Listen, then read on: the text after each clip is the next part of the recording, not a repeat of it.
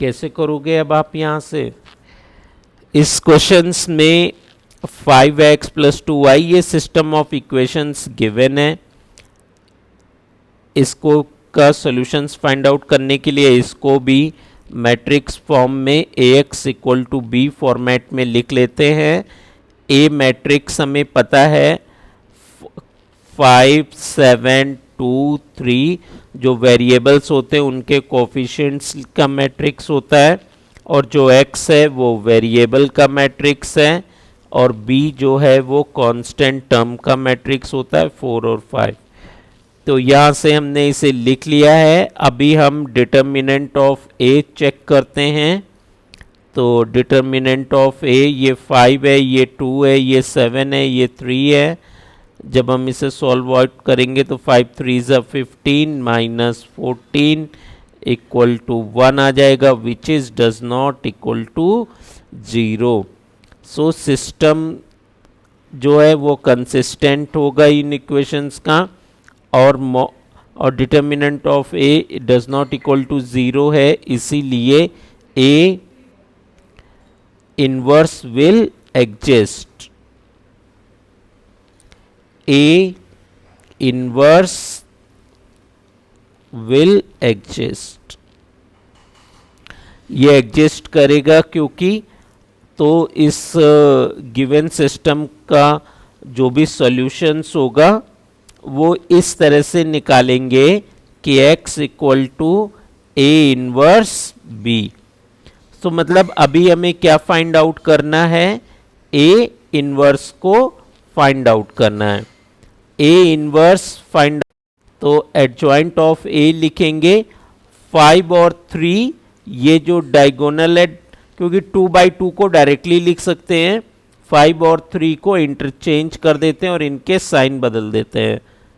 Next हमारे पास में 7 और 2 है, लेंगे ठीक है, -2 -7 लिखेंगे, वो है 4 और 5 है। करने के लिए ए इनवर्स फाइंड आउट करने के लिए 1 अपॉन डिटर्मिनेंट ऑफ ए, और हमें एडजॉइंट ऑफ ए चाहिए। यहाँ से डिटर्मिनेंट की वैल्यू 1 आ गई है, एडजॉइंट ऑफ ए लिखते हैं हम। तो हम यहाँ पर 3 और 5 लिख देंगे, तो -2 और -7 लेंगे। अभी यहाँ से ए इनवर्स की जो वैल्यू आ जाएगी वो आ गई है हमारे पास में 3 -7 -2 और 5। अभी x is equal to A inverse b find out करते हैं। यहाँ से ए इनवर्स का मैट्रिक्स हमें पता है, ये 3 है, -7 है, -2 है और 5 है, और जो बी मैट्रिक्स हमें, तो बी मैट्रिक्स हमारा 4 और 5 है। अभी इसे सॉल्व कर देते हैं, x की जगह पे वेरिएबल्स वाला मैट्रिक्स लिख लेते हैं, और ये जो सॉल्व होकर के आएगा हमारे पास में, रो बाई कॉलम मल्टीप्लाई कर दीजिए, 12 -10 -28 +25, और यहाँ से जो भी वैल्यू आ जाएगी ये 2 आ जाएगा और -3 आ जाएगा। तो x की वैल्यू हमारे पास में 2 आ गई है और y की वैल्यू -3 आ गई है, और यही हमारा आंसर है, -3 आ जाएगा। Question number 8, 2x - y equal to -2, 3x + 4y equal to 3। तो अभी क्या है हमारा कि ये जो भी हमें इक्वेशंस गिवन है, और इस इक्वेशंस को हमें क्या करना है, सॉल्व करना है यूजिंग मैट्रिक्स मेथड। तो ये जो भी सिस्टम ऑफ जो इक्वेशंस हैं, ठीक है, this system of equations system of equations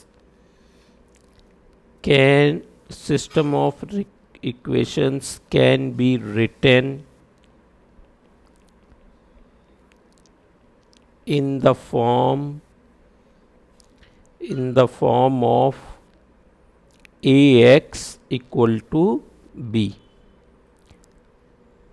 अभी क्या करना है, जो ए मैट्रिक्स होती है हमारी, वो जो भी वेरिएबल्स हैं उनके कोफिशिएंट्स, जैसे x का जो कोफिशिएंट्स है 2 और 3, y वेरिएबल का कोफिशिएंट है -1 और 4, इसी तरह से x जो रिप्रेजेंट करता है वो वेरिएबल का मैट्रिक्स, दो वेरिएबल हैं x और y, और b जो होता है वो हमारा इक्वल के उस तरफ जो भी कांस्टेंट टर्म्स लिखे होते हैं उनका मैट्रिक्स होता है 2 और 3।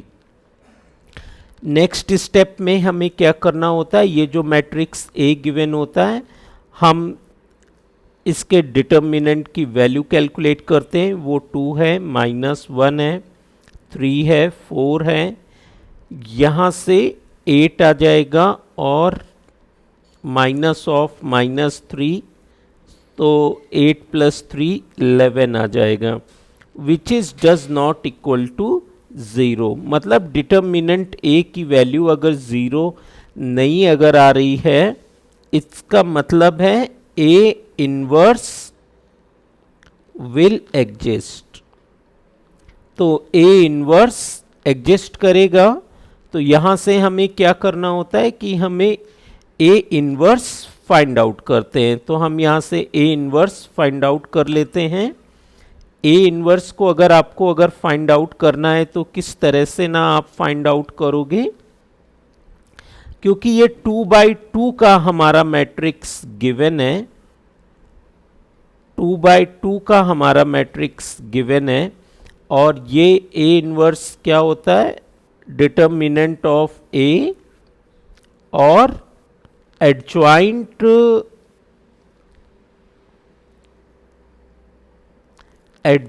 ऑफ ए।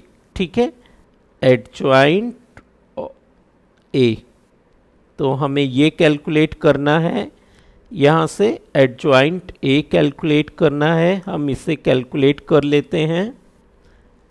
2/2 अगर मैट्रिक्स हमें गिवन होता है, एडजॉइंट निकालना बहुत ही ईजी है।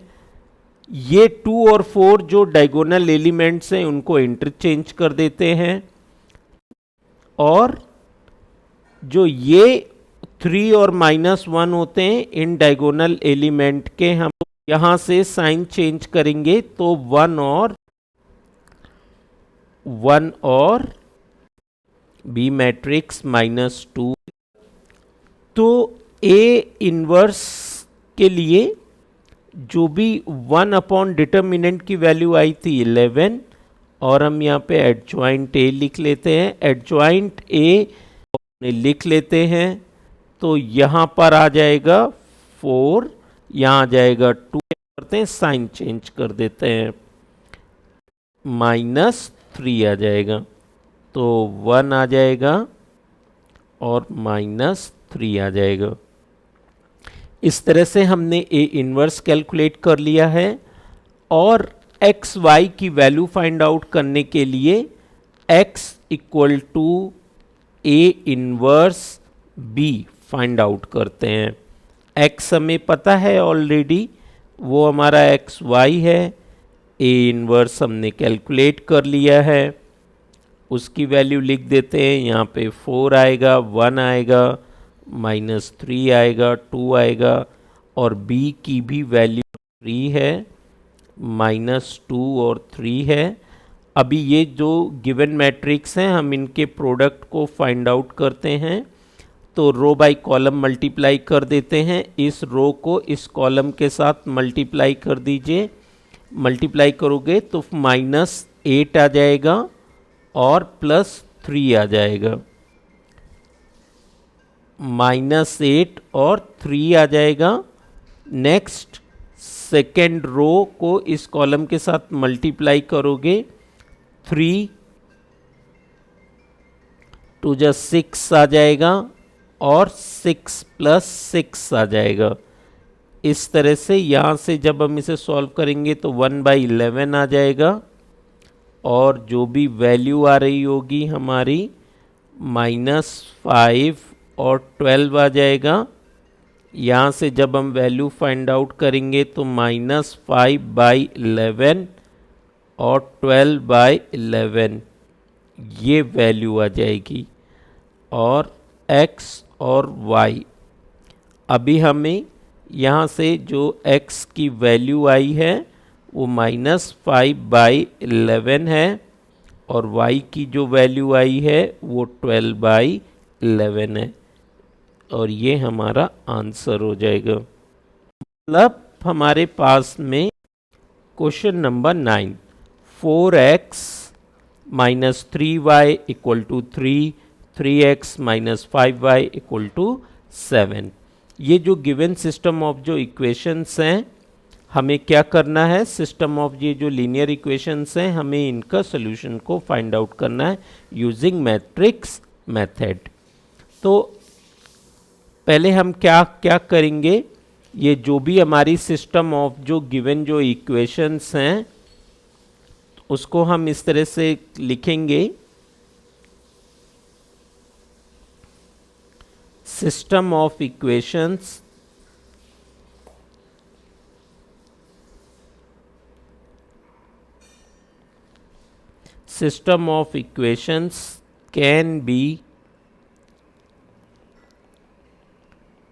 can be written in the form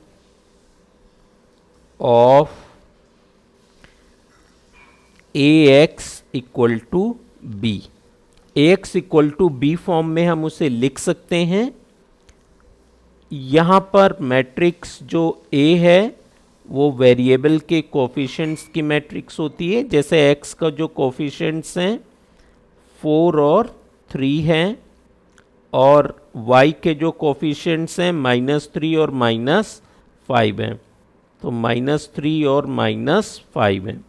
similar way में ये जो x है हमारा, इसके जो कोफिशिएंट्स हैं, सॉरी x जो है वो वेरिएबल का मैट्रिक्स होती है, तो ये x और y है। और इसी तरह से b जो है इक्वल के उस तरफ जो भी कांस्टेंट टर्म गिवन है, यहाँ पर 3 और 7 है, उसका मैट्रिक्स होता है। नेक्स्ट स्टेप में हमें क्या करना होता है, डिटर्मिनेंट ऑफ a कैलकुलेट करते हैं। डिटर्मिनेंट ऑफ a कैलकुलेट करते हैं तो यहाँ से -20 आ जाएगा, -9 आ जाएगा और यहाँ से जो वैल्यू होगी हमारी 20 और +9 आ जाएगा, 20 + 9 आ जाएगा और ये -11 आ जाएगा। क्योंकि यहाँ से भी डिटर्मिनेंट की value does not equal to 0 आई है, इसका मतलब है A इनवर्स विल एग्जिस्ट। अगर A इनवर्स एग्जिस्ट करता है तभी हम मैट्रिक्स मेथड से सॉल्यूशन फाइंड आउट कर सकते हैं। तो अभी हमें A इनवर्स को फाइंड आउट करना है। A इनवर्स क्या होता है, 1 डिटर्मिनेंट ऑफ A और adjoint of A। Next matrix में हमें क्या करना है, इन डायगोनल एलिमेंट्स को इंटरचेंज कर देना और इनके साइन बदल देने हैं।